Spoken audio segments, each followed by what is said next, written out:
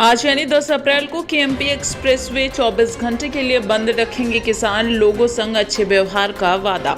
बंगाल में टीएमसी और बीजेपी के बीच संग्राम। आज चौथे चरण में 5 जिलों की 44 सीटों पर वोटिंग। कर्नाटक के बेंगलुरु समेत 8 शहरों में आज से 20 अप्रैल तक नाइट कर्फ्यू। मुख्यमंत्री उद्धव ठाकरे की आज सर्वदलीय बैठक, जिसमें संपूर्ण लॉकडाउन लगाए जाने को लेकर होगी चर्चा। कोरोना पर योगी सरकार का बड़ा फैसला, सरकारी निजी दफ्तरों में 50% कर्मचारी ही करेंगे काम। दिल्ली के सर गंगाराम अस्पताल के बाद अब एम्स के डॉक्टर भी कोरोना की चपेट में, 35 पॉजिटिव। दिल्ली में कोरोना का कहर, अस्पतालों पर भी एम्स में ओपीडी के बाद अब ओटी पर भी लगा ताला। मजदूरों के राष्ट्रीय राजमार्ग पर लग रही लाइन, अब तक 3000 लौटे। स्टेशनों पर बढ़ी भीड़ तो रेलवे ने कहा ट्रेनों की कोई कमी नहीं। कोरोना के चलते छत्तीसगढ़ बोर्ड परीक्षाएं स्थगित। कक्षा 10 और 12वीं को छोड़कर अन्य सभी छात्रों को बगैर एग्जाम के अगली क्लास में किया जाएगा प्रमोट। और ब्रिटेन की महारानी एलिजाबेथ द्वितीय के पति प्रिंस फिलिप का हुआ निधन। संयुक्त किसान मोर्चा सरकार का ध्यान आकृष्ट करने के लिए आंदोलन के 135वें दिन यानी 10 अप्रैल आज केएमपी एक्सप्रेसवे पर 24 घंटे के लिए बंद करने का आह्वान किया है। आज पश्चिम बंगाल के 5 जिलों की 44 सीटों पर वोटिंग है। ये सियासी घमासान अब रसगुल्ला बनाम ढोकला हो गया है। दरअसल ममता बनर्जी ने बंगाल की पहचान रसगुल्ला का जिक्र किया। उन्होंने कहा कि रसगुल्ला बंगाल का है, इसे हम खाएंगे, जबकि गुजरात का ढोकला अलग है, वो ढोकला खाएं। बेकाबू होते संक्रमण को देखकर कर्नाटक सरकार ने आज से 20 अप्रैल तक 8 शहरों में नाइट कर्फ्यू लगा दिया गया है, जिनमें बेंगलुरु, मंगलूर, मैसूर, कलबुर्गी, बीदर, तुमकुरू, उडुपी और मणिपाल शामिल हैं।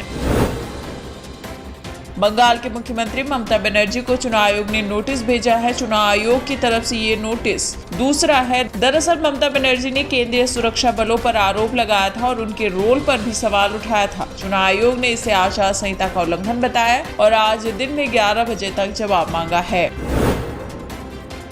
कोरोना के बढ़ते मामले को देखते हुए उत्तर प्रदेश की योगी सरकार ने राजधानी लखनऊ और वाराणसी समेत 4 जिलों के सभी सरकारी और गैर सरकारी संस्थानों और ऑफिस में 50% लोगों की उपस्थिति का आदेश दिया है। कांग्रेस सांसद राहुल गांधी ने पीएम मोदी को चिट्ठी लिखी। चिट्ठी में राहुल गांधी ने पीएम मोदी से वैक्सीन के निर्यात पर तुरंत रोक लगाने की मांग की और इसके अलावा वैक्सीन के उत्पादन को और बढ़ाने के लिए कहा है।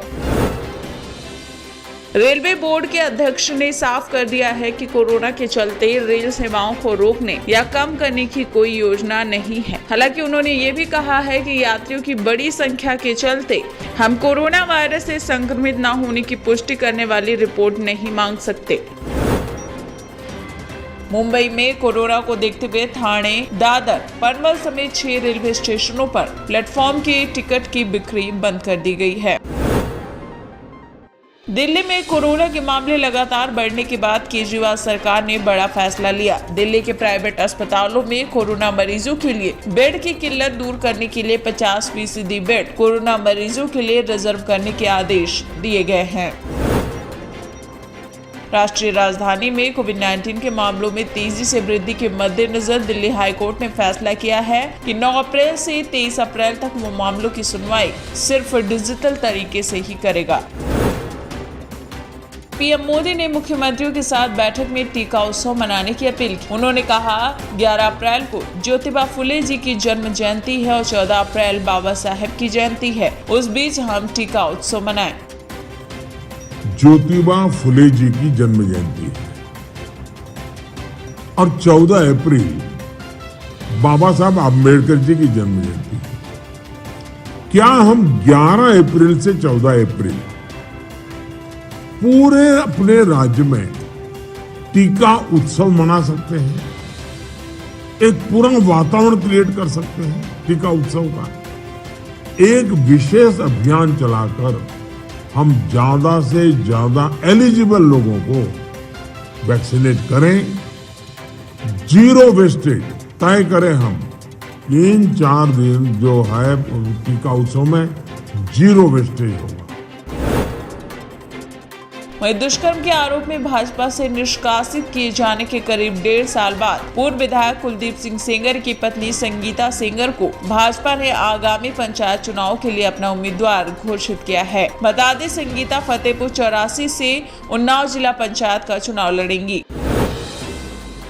कांग्रेस नेता राहुल गांधी ने ट्वीट कर मोदी सरकार पर हमला बोला और कहा कि देश में बढ़ते कोरोना संकट के बीच वैक्सीन की कमी एक अति गंभीर समस्या है, कोई उत्सव नहीं। दिल्ली में कोरोना के बढ़ते मामलों के बीच केजरीवाल सरकार ने बड़ा फैसला किया। दिल्ली में डेंटल और आयुष कैडर के डॉक्टर्स भी कोरोना सेवाओं के लिए कोविड अस्पतालों में अब तैनात किए जाएंगे।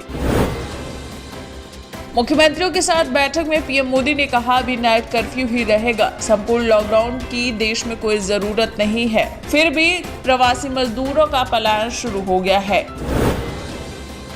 सुप्रीम कोर्ट ने रोहिंग्या मुसलमानों की वापसी पर कहा है, फिलहाल बिना प्रक्रिया वापस नहीं भेजे जाएंगे। सुप्रीम कोर्ट ने ये भी कहा, फिलहाल अभी इन रोहिंग्याओं की रिहाई नहीं होगी। यूपी में कोरोना की जंग को तेज कर दिया गया है। सीएम योगी आदित्यनाथ ने स्वास्थ्य मंत्री और चिकित्सा शिक्षा मंत्री को जिलों के दौरे पर भेजा है। बता दें, सीएम कोरोना के सर्वाधिक प्रभावित 4 जिलों की विस्तृत समीक्षा करेंगे।